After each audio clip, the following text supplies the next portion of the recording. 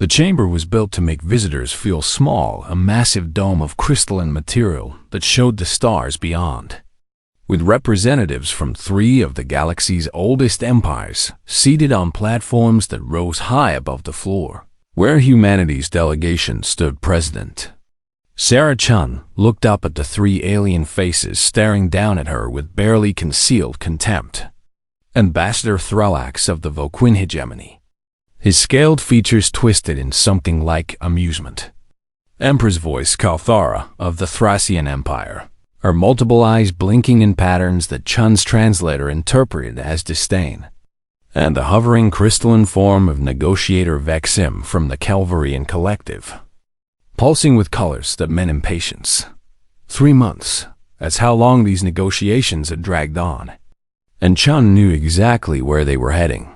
The Council has been more than generous with our time, Thrallax began, his voice carrying that particular tone that powerful beings use when they think they're being reasonable. Your species discovered faster than light travel, barely 80 of your years ago. Yet you presume to claim ownership of the Soul Nexus Point? Chun remained standing, her hands clasped behind her back in a parade rest position she'd learned decades ago as a young naval officer. Beside her, Ambassador James Rodriguez shifted his weight nervously.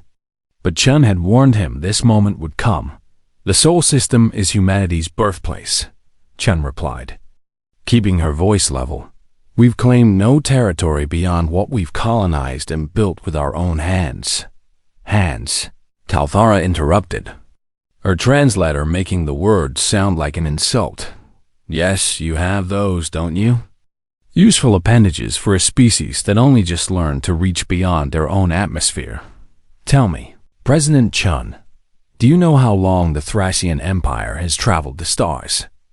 Chun did know 14,000 years. Give or take a few centuries long enough that they'd forgotten what it meant to struggle, to fight for every meter of progress, to nearly destroy themselves a dozen times over before finally reaching the stars. The hyperspace nexus in your system is too valuable to remain in the control of... Thrallax paused, as if searching for a polite word. Primitives the Council requires that you cede control of the nexus to join administration. This is not a negotiation. This is an opportunity for humanity. To prove it can be civilized, Rodriguez leaned closer to whisper, Madam President. Perhaps we should. Chun held up one hand, silencing him. She'd been receiving updates throughout this entire charade through the neural link implanted behind her Air Admiral Marcus Wu had been sending coded messages. Fleets positioned. Colonies evacuated to fortified stations. Weapon systems armed and ready. The humans had been preparing for this moment since they'd first encountered the Galactic Council 60 years ago since they'd realized that the elder species viewed them not as equals, but as upstart children who'd stumbled into a game far above their understanding. The Council's patience is not infinite, Vexim added, his crystalline form shifting through colors. You have 24 of your hours to accept our terms. After that, corrective measures will be implemented. Corrective measures, such a civilized phrase for what they meant. War. Subjugation. Possibly the glassing of Earth's colonies until humanity learned to submit. Chun thought about the 300 years of human history since they'd nearly destroyed themselves in the Third World War, the struggle to unite under one planetary government, the desperate push to reach Mars and Europa before resource depletion made Earth uninhabitable. The joy of discovering they weren't alone in the universe then, the crushing realization that the universe was already claimed, divided up by empires so old they thought in terms of millennia, who saw humanity's 80 years among the stars as less than an eye blink. I have a question, Chun said, and her voice carried clearly through the chamber. You call yourselves the Galactic Council, but how many species do you actually represent? From what I understand, there are over 400 spacefaring civilizations. In this region alone, Threlax's expression shifted to something closer to annoyance. The Council represents those species with sufficient maturity to guide galactic affairs. So the oldest species? Chun said. The ones who got here first. The ones who divided up all the best territory and all the strategic resources before anyone else had a chance. This is not a debate. Kalthara snapped. Accept our terms or face the consequences. Chun felt the weight of what she was about to do settle onto her shoulders. 4 billion people on Earth. Another 8 billion spread across 47 colony worlds. All depending on the next words out of her mouth, but she'd been a fleet admiral before becoming president. She'd commanded ships in combat during the Martian separatist conflict, had ordered people to their deaths before, and she'd studied history. Humanity's long and bloody history of fighting against overwhelming odds. She thought about the Spartans at Thermopylae, the Viet Cong in their tunnels, the resistance fighters who'd refused to submit to empires that thought themselves invincible. Humanity had always been good at one thing, refusing to die quietly. I want to tell you a story, Chun began, and she saw confusion ripple through the council members. About 1,000 years ago on Earth, there was a massive empire that controlled most of the known world. They had superior technology, better organization, vast armies. They encountered a group of tribal peoples on an island, primitives by their standards, and demanded submission. We do not have time for your primitive histories, Threlax began. But Chun continued. Those tribal peoples fought back. They used tactics the Empire had never seen. Guerrilla warfare, scorched earth, total commitment. The war lasted for decades. The Empire won battles, but never truly conquered. Eventually, they gave up and left, because the cost of victory was too high. Chun took a step forward. You call us primitives. And maybe we are. We've only been in space for 80 years. But do you know what we've been doing for the 10,000 years before that? Fighting each other, developing every possible way to kill, to survive, to win against impossible odds. She could see Admiral Wu's final message scrolling across her vision. All fleets in position, awaiting your signal. You want the Soul Nexus, Chum said. And her voice had gone cold. You think you can take it with your corrective measures, your civilized warfare, your 1,000-year-old tactics that haven't changed because you've never needed them to change. Rodriguez was pulling at her sleeve now, whispering urgently about diplomacy, about finding a middle ground. But Chun shrugged him off. Here's humanity's counteroffer, she said. And she knew every word was being broadcast back to Earth, to the colonies, to the 12 million people serving in the Earth Defense Force. We keep our system, we keep our sovereignty, and if you want to try to take it from us. She met Threlax's eyes, then Kalthara's, then stared into Vexim's crystalline form. Enough talking. Let's begin the war. The chamber erupted and chaos alarms began blaring across Council space as their detection systems registered what was happening. Human ships dropping out of FTL at strategic points across 3 sectors. Weapon systems coming online across every human colony. And broadcast signals going out to 47 worlds. President Sarah Chun turned and walked toward the exit, Rodriguez scrambling to follow behind her. She could hear Threlax shouting about barbarians and Kalthara demanding her arrest. But Chun's security detail had already surrounded her, and the Council's guards seemed unsure whether they were allowed to stop a head of state from them, leaving as the door sealed behind them. Rodriguez grabbed her arm. Do you realize what you've just done? You've declared war on 3 galactic empires. Chun looked at him with the cold certainty of someone who'd already counted the cost and accepted it. No, I've refused to surrender. There's a difference. Admiral Marcus Wu stood on the bridge of the EDS Indomitable, humanity's largest carrier, watching the tactical display as 300 Voquin warships entered the Proxima Centauri system. The enemy fleet moved in perfect formation. A wall of dreadnoughts and cruisers that represented the military might of a civilization 14,000 years old. "Sir, they're hailing us," his communications officer reported, demanding our immediate surrender. Wu allowed himself a thin smile. "Tell them to go to hell, then launch all fighters and bring the railguns." Online, the Voquin had expected an easy victory. Their intelligence reports described humanity's military as crude and unsophisticated, cobbled together from barely tested technology. What they didn't know was that humanity had spent 60 years preparing for this exact scenario. Ever since first contact had revealed how the elder species viewed them, the first Voquin dreadnought exploded in a brilliant flash of light, not from human weapons, but from a minefield that Wu had spent 3 months quietly deploying around Proxima Station. Thousands of autonomous mines, each one programmed with basic AI and equipped with shaped nuclear charges.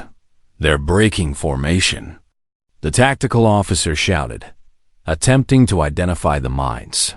"Now," Wu ordered, "launch the kinetic kill missiles." What followed was something the Voquin had never encountered. 6 missiles, each one a simple rod of tungsten carbide alloy, accelerated to 30% the speed of light. No warheads, no complex systems, just mass and velocity. The elder species had banned such weapons centuries ago as barbaric and unsporting. Humanity had never signed that treaty. 3 more Voquin ships vanished in clouds of superheated plasma as the kinetic projectiles punched through their shields like they weren't even their shields designed to deflect energy weapons and absorb explosive force. Useless against solid projectiles moving at relativistic speeds. "Sir, they're calling for reinforcements," the communications officer said, "and they're broadcasting on open channels about human violations of civilized warfare." Wu leaned back in his command chair. "Civilized warfare, that's rich. Coming from species trying to steal our homeworld tactical status on their command ship. Taking evasive action. Sir, they've figured out the mines. Then let's try something they really won't expect. Launch the swarm across the system." Bay doors opened on 3 dozen human frigates. What emerged looked like clouds of metal insects. 10,000 autonomous combat drones, each one the size of a basketball, equipped with basic maneuvering thrusters and the 1-kilogram shaped charge. The Voquin point defense systems lit up, destroying hundreds of drones, but there were thousands more. And they moved in patterns the military AIs couldn't predict, chaotic, random, like a swarm of angry hornets rather than orderly military hardware. "They're adapting," Wu's tactical officer warned. "Their fire control systems are learning." "Good," Wu said. "That means they're distracted, Helm. Take us in full burn right down their throats." The bridge crew turned to stare at him. Lieutenant Sarah Okonkwo, his executive officer, spoke up. "Sir, that's suicide. Their main guns will tear us apart." Wu's expression didn't change. "Lieutenant, humanity has been committing suicide charges since before we invented writing. It's kind of our thing. Now execute the order." The Indomitable surged forward, her engines pushing past safety limits around her. The rest of the human fleet followed, abandoning all defensive formations and charging straight at the Voquin line. The enemy responded exactly as Wu had predicted. They pulled back their lighter ships and brought their dreadnoughts forward to meet what they saw as a desperate, foolish attack. That's when Wu played his final card. "All ships, execute pattern Omega-7. Every human vessel suddenly jinked hard to port or starboard, their courses diverging and from behind them. Coming in on courses the Voquin had assumed were empty space, came the real threat. 12 converted cargo freighters, their holds packed with nuclear warheads, their engines locked at maximum burn, their bridges empty. Automated kamikaze ships, another tactic banned by civilized warfare. The Voquin flagship tried to turn, tried to bring its impressive point defense systems to bear, but it was designed to fight other capital ships at range, not to defend against something as insane as pilotless freighters ramming at fractional C velocities. The first freighter hit just below the flagship's main reactor. The resulting explosion was visible from 3 star systems away. 5 more freighters found there, marks before the Voquin fleet broke and ran, leaving behind 7 destroyed dreadnoughts and 24 smaller ships. Wu allowed himself to breathe again. Damage report: 17 ships lost. Sir, Okonkwo reported quietly, including the EDS Thermopylae and EDS Alamo. Another 23 damaged. Total casualties approximately 42,000. 42,000 dead in the first major engagement. Wu closed his eyes for a moment, thinking about the memorial services he'd have to attend, the families he'd have to face. Sir, we're receiving a transmission from Earth. The communications officer interrupted. Priority 1. From President Chen. Chun's face appeared on the main screen, and Wu could see the weight she was carrying, the weight they both carried now. Admiral, I'm seeing the preliminary reports, she said. The Voquin are broadcasting across all channels, calling us barbarians and monsters. They're not wrong, Wu replied. What we just did, those tactics, they're ugly. Madam President, they're effective, Chun corrected, and they're necessary. The Thracian Empire has declared war. Their fleets are mobilizing. Wu nodded slowly. He'd expected this. The elder species saw humanity as a threat now, not just an annoyance. How long do we have? He asked. Intelligence says 2 weeks before their main battle fleet reaches Sol, maybe 3 Marcus. They're sending everything, over 400 capital ships. 400, the number hum in the air. Between them, humanity's entire navy numbered maybe 150 capital ships. And that was counting vessels that were still under construction. Then we make them bleed for every meter. Wu said, Ma'am, with your permission, I'm going to start implementing some strategies that will make today look tame. Chun's expression hardened. Do whatever it takes. Humanity didn't claw its way to the stars just to surrender now. Show them what happens when you corner a species with nothing left to lose. The transmission ended, and Wu turned to his crew.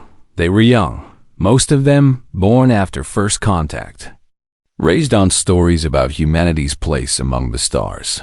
Now they'd learned the truth. There was no place for them unless they carved it out with blood and fire. All ships, prepare for FTL jump, Wu ordered. We're falling back to the secondary defensive line. But before we go, he pulled up the tactical display, highlighting the debris field where the Voquin fleet had been. I want every piece of wreckage marked and cataloged. Every weapon system, every intact computer core, every scrap of technology. We're going to take their own innovations and turn them against them. It's what humans do best. We adapt. We learn. We overcome. Okonkwo moved closer. Sir, there's something else. We're picking up transmissions from some of the smaller species in nearby sectors. They saw what happened here. And? Wu prompted. Some of them are asking how they can help, apparently. The elder species have been suppressing them too, keeping them from expanding, controlling their access to resources. Seeing us fight back, it's giving them ideas. Wu felt something stir in his chest. Not quite hope, but maybe the beginning of it. Get me a secure channel to President Chun and start drafting recruitment protocols if other species want to join this fight. We'll teach them everything we know. As the Indomitable prepared to jump, Wu looked out at the stars somewhere out there. The Thracian Empire was coming with overwhelming force, but they were about to learn what every conqueror in human history had learned the hard way. Humans might not be the strongest, or the smartest, or the oldest species in the galaxy, but they were absolutely the most stubborn. The Thracian armada arrived at the edge of Sol System exactly 17 days after President Chun's declaration. 112 capital ships, each one larger than anything humanity had ever built, accompanied by 300 support vessels and enough firepower to reduce a planet to molten slag. Admiral Wu watched them approach from his command center, buried 3 kilometers beneath the lunar surface. Beside him, President Chun stood with her arms crossed, her expression unreadable. "They're moving in formation Delta 7. Wu's tactical officer reported, "Standard siege pattern. They're planning to encircle Earth and force our surrender through orbital bombardment." "How very civilized of them," Chun said dryly. "Marcus, show them why that's a bad idea." Wu allowed himself a grim smile. "With pleasure, execute Operation Fortress." Across the Sol System, hidden weapons platforms came online, hundreds of them, disguised as defunct satellites, old space stations, even hollowed-out asteroids. Humanity had spent 60 years fortifying their home system, learning from their own bloody history of siege warfare. The first wave of railgun fire caught the Thracian vanguard completely off guard. Massive tungsten slugs accelerated by electromagnetic force, fired from platforms the enemy sensors had dismissed as space junk. 6 Thracian destroyers disintegrated before they even realized they were under attack. They're returning fire, the tactical officer called, "targeting the platforms. Let them." Wu replied, "Those platforms cost us maybe 10 million credits each. Those destroyers they're avenging cost them probably 10 billion. We can trade all day." But the Thracians were adapting. Their scanners swept the system, identifying and cataloging every weapons platform, every potential threat. Their fleet broke into smaller formations, overwhelming individual platforms with concentrated fire. "Sir, we're losing platforms faster than projected," his second-in-command warned. "At this rate, the inner defensive ring will be breached in 6 hours. Chun touched Wu's shoulder. "Phase 2. Wu nodded and activated the system-wide comm. "All mining stations. Execute Papa November." Repeat. Execute Papa November. Out in the asteroid belt, humanity's mining operations had been running continuously for 40 years. Massive automated facilities that extracted metals, water ice, and volatiles from millions of asteroids. Now those facilities activated their primary function.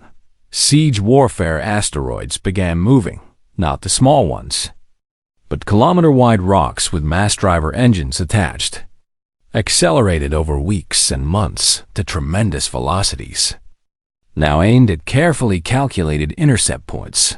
Kinetic bombardment on a system-wide scale. Chum said quietly, "It's insane. It's human."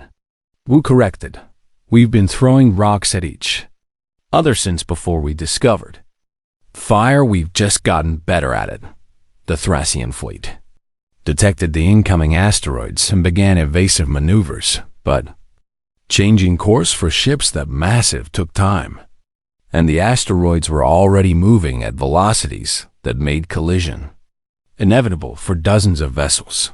3 Thracian heavy cruisers vanished in clouds of debris as multi-ton rocks moving at 50 kilometers per second tore through their hull shields meant to absorb energy weapons couldn't stop simple kinetic mass.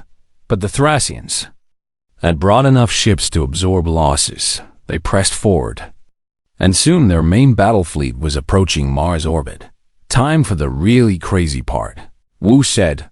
"Launch the Dragon's Breath package from hidden launch sites across Mars." Dozens of missiles rose into space, but these weren't standard munitions. These were cobbled together from humanity's worst nightmares: biological warfare agents, nanotech weapons, computer viruses designed to infiltrate and corrupt enemy systems, even experimental matter disruption devices that probably violated half a dozen galactic treaties. "Sir," We're receiving a priority transmission from the Kelvorian Collective. The communications officer interrupted. There. Threatening to join the Thracian Alliance if we deploy those weapons. Chun stepped forward. Tell the Kelvorians that humanity didn't survive the Third World War just to be lectured about morality by species who want to enslave. Use as NAND if they join this fight. They'll learn exactly how dark humans can get when cornered. The transmission was sent, and remarkably, the Kelvorians went silent. Meanwhile, the Dragon's Breath missiles had reached the Thracian fleet point defense systems, shot down most of them. But 7 got through. What happened next became legendary across the galaxy. Thracian ships suddenly firing on each other as their computer systems were hijacked by human malware. Entire crews reporting hallucinations and psychological breakdowns from tailored bioweapons. And one dreadnought simply tearing itself apart at the molecular level as experimental weapons activated. They're breaking off. The tactical officer shouted. The Thracian fleet is withdrawing to Jupiter orbit. But Wu's expression remained grim. That was their probe there. Scouts, they're going to come back with their real fleet. And they'll be ready for everything we just threw at them. Chen pulled up a holographic display, showing the broader galactic situation. We've got bigger problems the Voquin are hitting.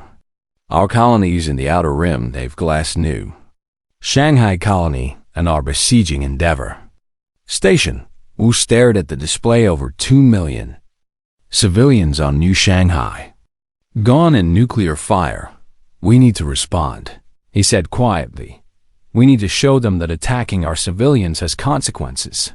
Chan met his eyes. What are you proposing? Operation Payback, Wu replied.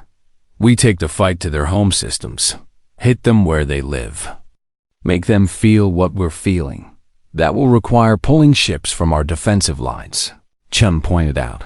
Earth will be vulnerable. Earth is already vulnerable, Wu countered.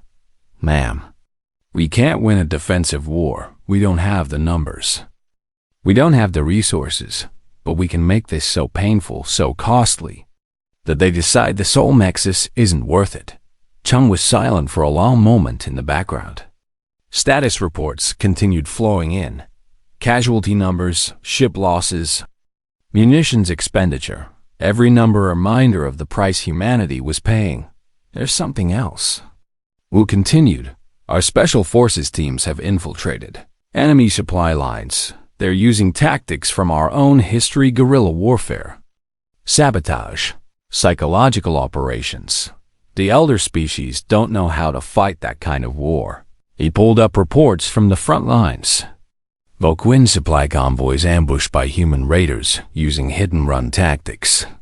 Thracian commanders assassinated by infiltration teams.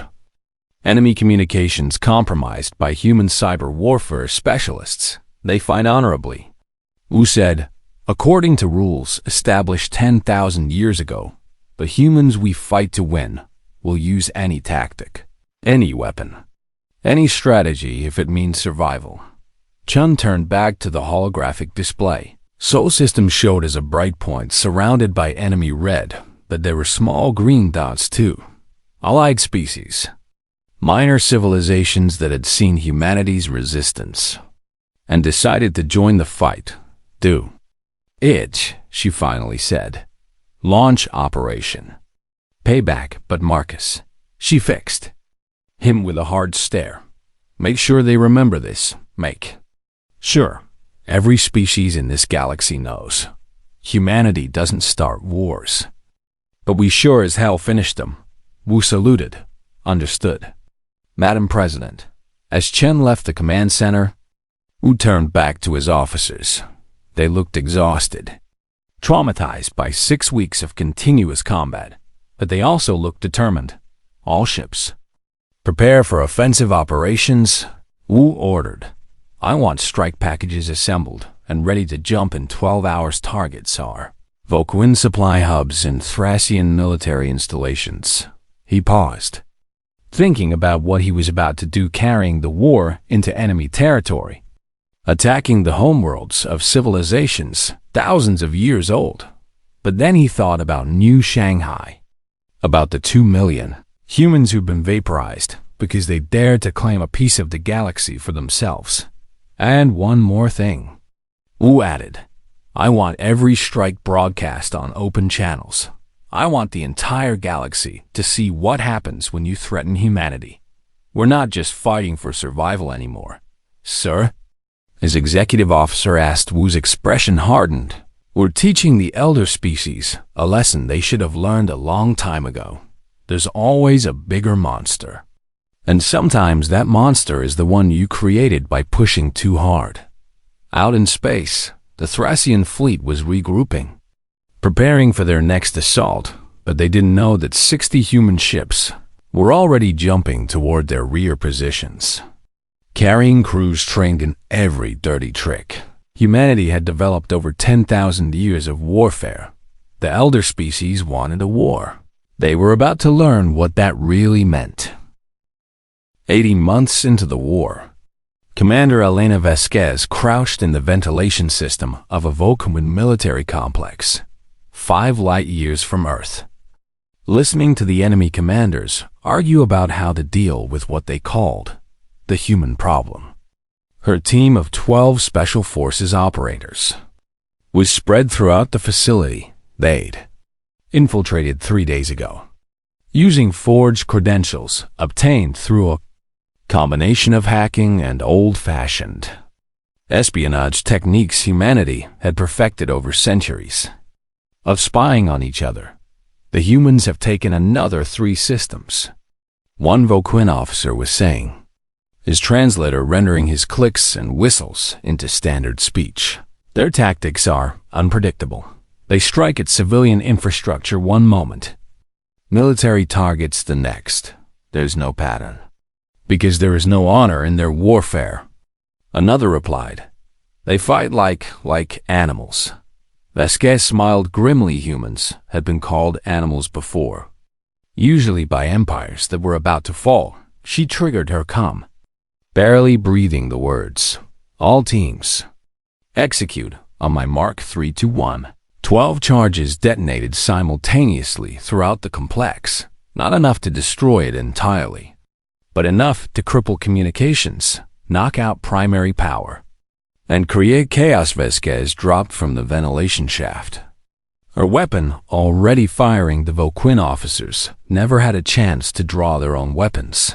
3 minutes later, Vasquez stood over their bodies, downloading every file from their command computers, tactical data, fleet movements, supply line information, all of it now flowing back to Earth Defense Intelligence. Package secured, she reported, exfiltrating now. But her second in command, Lieutenant Torres, grabbed her arm. Commander, look at this. He'd pulled up a communication log, messages between the Vulcan High Command and their home government, and what Vasquez read made her blood run cold. The Vulcan were losing, not militarily, not yet, but economically. The war was costing them trillions of credits. Their trade routes were disrupted, and their citizens were growing restless. Worse, 3 minor species in their territory had declared independence, inspired by humanity's resistance. Get this to Admiral Wu immediately, Vasquez ordered, and send it to our propaganda division. I want every species in the galaxy to see this. Back on Earth, President Chun stood before the United Assembly, humanity's global governing body, presenting the case for continuing the war. The chamber was packed, and Chun could feel the weight of their stares. We've lost 23 colony worlds, she said, her voice steady despite the exhaustion she felt. 4.7 billion casualties. Our economy is in shambles. Our resources are depleted, and the Thracian Empire is preparing another assault on Seoul. She paused, letting the grim statistics sink in. And yet we're winning. The chamber erupted in confusion, delegates shouting questions, demanding explanations. Chun raised her hand for silence. Winning doesn't always mean destroying the enemy, she continued.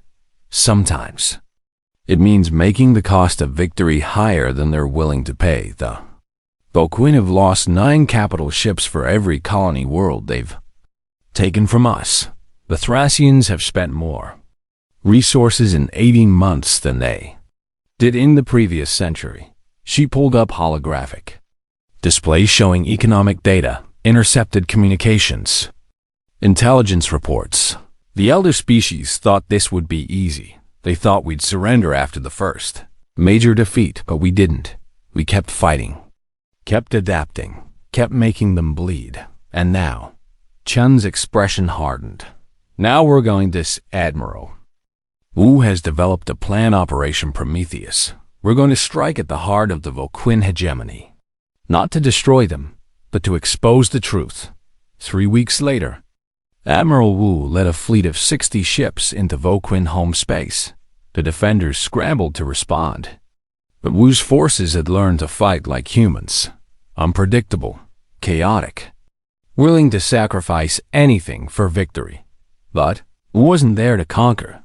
He was there to broadcast. Human infiltration teams had spent months uploading malware into Voquin communication networks. Now, as the space battle raged, every display across the Voquin homeworld suddenly showed the same thing.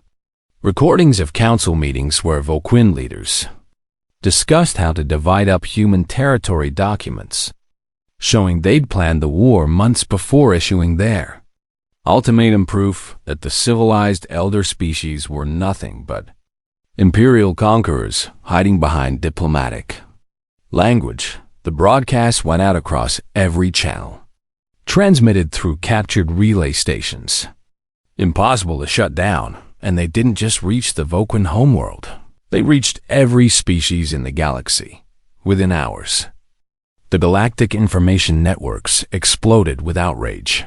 Minor species that had believed the Council's propaganda about civilized governments now saw the truth. The elder species maintained their power through force and deception, crushing any potential rivals before they could challenge the status quo. 5 minor civilizations declared independence. Within the first day, 10 more announced. They were sending aid to humanity. The Kelverian Collective, seeing the writing on the wall, quietly withdrew from the war. And on the Voquin homeworld, protests erupted. Citizens demanding to know why their government had started a war that was bankrupting their civilization. President Chen received the news in her office, surrounded by advisors for the first time in 18 months. She allowed herself to feel something like hope. The Thracians are requesting negotiations, Ambassador Rodriguez reported. They want to discuss ceasefire terms. Of course they do, Chum replied. They've seen what happened to the Voquin. They know we'll do the same to them. But Wu's face on the screen looked troubled. Madam President, we have one more problem. The Thracian fleet at Jupiter. They're not standing down there. Commander is refusing orders from home, says he'd rather die than surrender to primitives. Chun closed her eyes. Of course, there would be one more battle. One more sacrifice required. How many ships does he have? She asked. 90 capital ships, Wu replied. Plus support vessels. It's their entire assault fleet. And we have? Chun prompted. 47 ships in fighting condition, Wu said quietly. Ma'am, we can't win this one through clever tactics. It's going to be a straight fight. And we're outnumbered 2-1. Chun thought about everything humanity had endured. The colonies lost, the billions dead, the children who'd grown up never knowing peace. Then she thought about what they'd accomplished. They'd fought 3 galactic empires to a standstill, inspired dozens of species to resist oppression, and proven that age and power didn't guarantee victory. Admiral Wu, she said, her voice carrying the weight of command. You have one final order. Win. I don't care how. I don't care what it costs. Win this battle and end this war. Wu saluted. Yes. Madam President, the Battle of Jupiter's orbit became legendary. It lasted 6 hours and cost humanity 23 more ships, but in the end, The Thracian commander's flagship was destroyed, his fleet broken, and the survivors surrendering Wu's final gambit had been typically human. He'd loaded a colony ship, the Ed's New Horizon, originally built to carry 50,000 colonists with every nuclear weapon humanity could spare, set it on a collision course with the Thracian flagship, and rammed it at .3 light speed. The resulting explosion could be seen from Earth as the debris cleared. Wu broadcast a message to every Thracian ship. Your commander chose death over surrender. I'm giving the rest of you a choice. Stand down now and you'll be treated as prisoners of war. Keep fighting and you'll share his fate. Humanity didn't come this far to lose now. One by one, the Thracian ships powered down their weapons.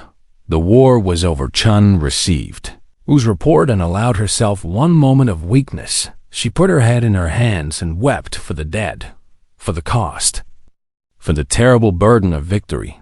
Then she wiped her eyes, stood up straight, and began planning for peace. Because humanity had proven they could fight, now they needed to prove they could rebuild. 6 months after the Battle of Jupiter, President Sarah Chun walked through the rebuilt halls of what had once been the Galactic Council Chamber, now renamed the Democratic Assembly, and marveled at how much had changed. Where 3 species had once sat in judgment, now representatives from 47 civilizations occupied circular seating, no raised platforms, no hierarchy, just equals meeting to discuss the future. Ambassador Threlax approached her, and Chun almost didn't recognize him. The arrogance was gone, replaced by something that might have been humility. President Chun, he said, bowing slightly, a gesture of respect that would have been unthinkable 2 years ago. The Vulcan delegation wishes to formally apologize for our actions. Chun studied him for a long moment. She could have been gracious, could have accepted the apology and moved on, but she needed him to understand. Ambassador, do you know how many humans died in this war? She asked quietly. Threlax's expression shifted. 4.7 billion. I believe 4.7-3 billion. Chun corrected. I know the exact number. I review the casualty reports every morning. Every single one. She stepped closer, her voice dropping. Your people started this war because you thought we were primitives who wouldn't fight back. You were wrong, but more importantly, you were wrong about what kind of species we are. Threlax seemed confused. I don't understand. Humans are survivors, Chun explained. We're stubborn. We're adaptable, and yes, we're violent when cornered, but we're also capable of mercy. Your people are sitting in this chamber because we chose not to destroy you when we had the chance. Remember that. She left him standing there and moved to her seat, the chair reserved for Earth's representative was positioned next to delegates from species that had once been suppressed by the old Council, the Milani Confederacy, the Torvan Alliance, and others who'd found their voice during humanity's war. The session was called to order by negotiator Vesim of the Kelvorians, who'd managed to secure a position as neutral mediator through careful political maneuvering. Today we finalized the Treaty of Terra, Vesim announced. This document will establish the new order for our region of space. President Chun, as representative of humanity, would you present the terms? Chun stood, pulling up holographic displays. The treaty is simple, she began. First, no species has the right to claim territory occupied by another sentient civilization. The age of colonial conquest is over. She saw several delegates from the elder species shift uncomfortably. Second, all trade routes and strategic resources will be shared equitably. No single species or alliance can monopolize access. Third, military conflicts will be subject to review by the Assembly, with the goal of peaceful resolution before force is employed. And fourth, Chun paused. letting the weight of her next words settle. Any species that violates these terms will face collective action from the assembly. We all defend each other. Or we all fall separately. The Thracian delegate. A younger officer named Calorus, who'd replaced the hardliners, raised a hand. President Chen. These terms essentially dismantled the power structure that has maintained galactic peace for 10,000 years. Maintain peace? Chen's voice carried an edge. Ambassador? You call it peace. The species you've suppressed, call it oppression. There's a difference. Calorus hesitated. Then nodded. Point taken. But what guarantee do we have that humanity won't simply become the new hegemon? You've proven yourselves capable of extreme measures. Chan had expected this question, because we've also proven ourselves capable of restraint. She replied, we could have destroyed the Voquin. Homeworld, we had the weapons, the position, the justification. But we didn't. We exposed your lies and let your own people demand change. She pulled up displays showing human reconstruction efforts. Ships carrying relief supplies to former enemy colonies. Human engineers helping rebuild damaged infrastructure. Even human medical teams treating wounded Vokian soldiers. We fought to survive. Chung continued, not to conquer humanity's offer to the galaxy is simple. Work with us as equals. And we'll share everything we have, technology, resources, even our history, so you can learn from our mistakes. But, she added, her voice hardening, threaten us or our allies again. And you'll learn why humans spent 10,000 years perfecting warfare. The vote was called. 43 species voted in favor. 2 abstained, and 2 voted against. The Treaty of Terra was ratified. That night, Chun stood on an observation deck overlooking Earth. Admiral Wu beside her. Below them, the planet glowed with light, cities rebuilding. Monuments being erected to the dead. Life continuing despite the scars. Do you think they'll honor it? Wu asked quietly. The treaty, I mean. Chun shrugged. Some will, others will test the boundaries. Probe for weakness. But they'll never underestimate humanity again. That's something. At what cost? Wu pressed. We lost almost 1/3 of our population. Whole colonies gone, generations traumatized. I know, Chun replied. I carry that weight every day, but Marcus, what was the alternative? Surrender? Let them take our system, reduce us to second-class citizens in our own galaxy? Wu nodded slowly. No, you were right. Enough talking. Let's begin the war. History will remember those words. History will remember 4.7-3 billion dead. Chung corrected. That's what matters, not my words. Not our victory, the cost. They stood in silence for a while, watching Earth turn below them. Finally, Wu spoke again. I've been offered a position as the first commander of the Assembly's Joint Defense. 417 species want to contribute ships. They want humans to train there. Cruising our tactics, Chun smiled. Sadly, they want to learn how to fight like barbarians. They want to learn how to fight to win. Wu corrected. There's a difference. Is there? Chun asked. Wu turned to face. Ma'am Sarah, we did terrible things in this war things. That will haunt me until the day I die. But we did them, too. Survive, and now we have a chance to make sure no other species has to make the same choices we did. Chun considered this. You're saying we become the protectors? The ones who fight the wars so others don't have to? I'm saying we become the teachers, Wu replied. We show them how to be strong enough to discourage aggression, but wise enough to choose peace when possible. Chun looked back at Earth. Somewhere down there, children were being born who would never know the Galactic Council, who would grow up in a universe where humanity was respected, even feared. All right, she said. Finally, take the position, build your defense force, but Marcus, never let them forget the cost. Never let anyone think war is glorious or easy. Wu saluted. I won't, I promise. 10 years later, the galaxy had transformed. The elder species still existed, but their power was checked by the new assembly and by the knowledge that younger species would no longer submit to domination. Humanity had rebuilt, their population recovering, their technology advancing through collaboration with dozens of allied species and scattered throughout the galaxy. On memorial walls and in history texts were the words that had changed everything. Enough talking, let's begin the war. But what most people didn't know was that there was a second inscription, added by President Chun herself before she retired. And when we won, we chose mercy.